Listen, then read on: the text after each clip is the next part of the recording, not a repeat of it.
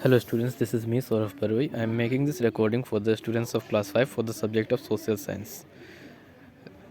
This is a continuation with the previous video that is on the United Nations. Students, in the previous videos we discussed about the introduction of the chapter plus about the different world wars that were fought, that is the World War 1 and the World War 2. You can pause the video in case if you want to read. Plus we also discussed about the formation of the United Nations, that is the birth of the United Nations. Today in today's video we'll discuss about the objectives of the United Nations. So let's start the class.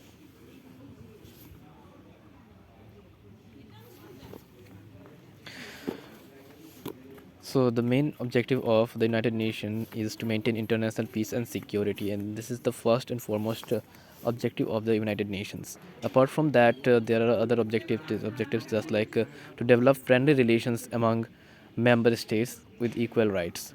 Then the third one is to cooperate with other nations and in solving, actually not in T, please cancel this T, this is a typing error, in solving the economic, social, cultural and humanitarian problems. Humanitarian means that is related to the development of human or human like nature. To promote respect for human rights and fundamental freedom without any distinction on the basis of race, color, sex, then religion or language. And the fifth one is to provide a meeting place where all nations can work together to fulfill their aims and objectives. Students, the main objectives are only this number 1, number 2, 3 and 4. And out of this number 1 is the first and foremost, that is the most important objective of the United Nations, that is to maintain international peace and security. This means to avoid any third world war, in simple words, to avoid the countries of the world to fight among themselves. Apart from that, students, apart from the objectives, there are certain principles of the United Nations by which I mean every state, that is member state, should abide by. As we have already known about it, that there are 193 member countries of the United Nations. So all these 193 countries must abide by these principles of the United Nations. Let's read out what are they. All member states are sovereign and equal and must respect the rights of other nations. This means, students, that no nation, I mean no country can try to control another country or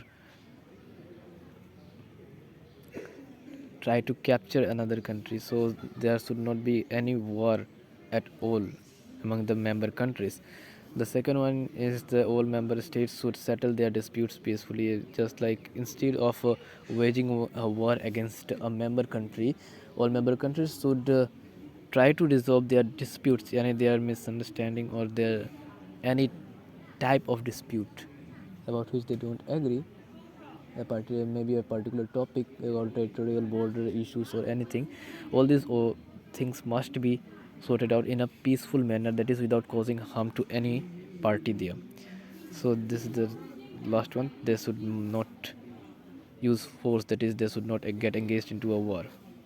Number third is they must support the organization in all its functions. This means all the member countries must support the United Nations in its functions, that is it been functioning as the world level organization. Now in order to function, the United Nations has certain organs. Just like students, we have 5 sense organs with which we live our life. We sense our surroundings, we get to understand about the surroundings, and there are certain organs inside our body that help us to do many things. Okay. In the same way, students, there are certain organs of the United Nations that help it to function as the United Nations organization. That is what it is. So let's start it. The headquarters of the United Nations are in New York, that is United States of America.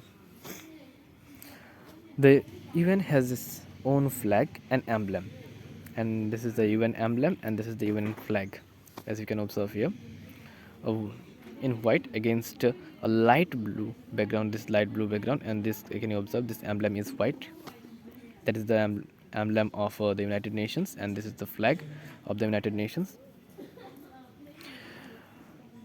Now, this United Nations has 5 major organs to carry out its functions, and they are: first one is the General Assembly, then Security Council, Economic and Social Council, then International Court of Justice, and Secretariat.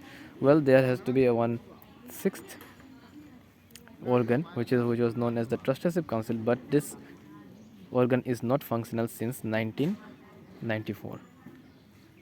Okay, so these are the 5 organs of the United Nations that help it to function.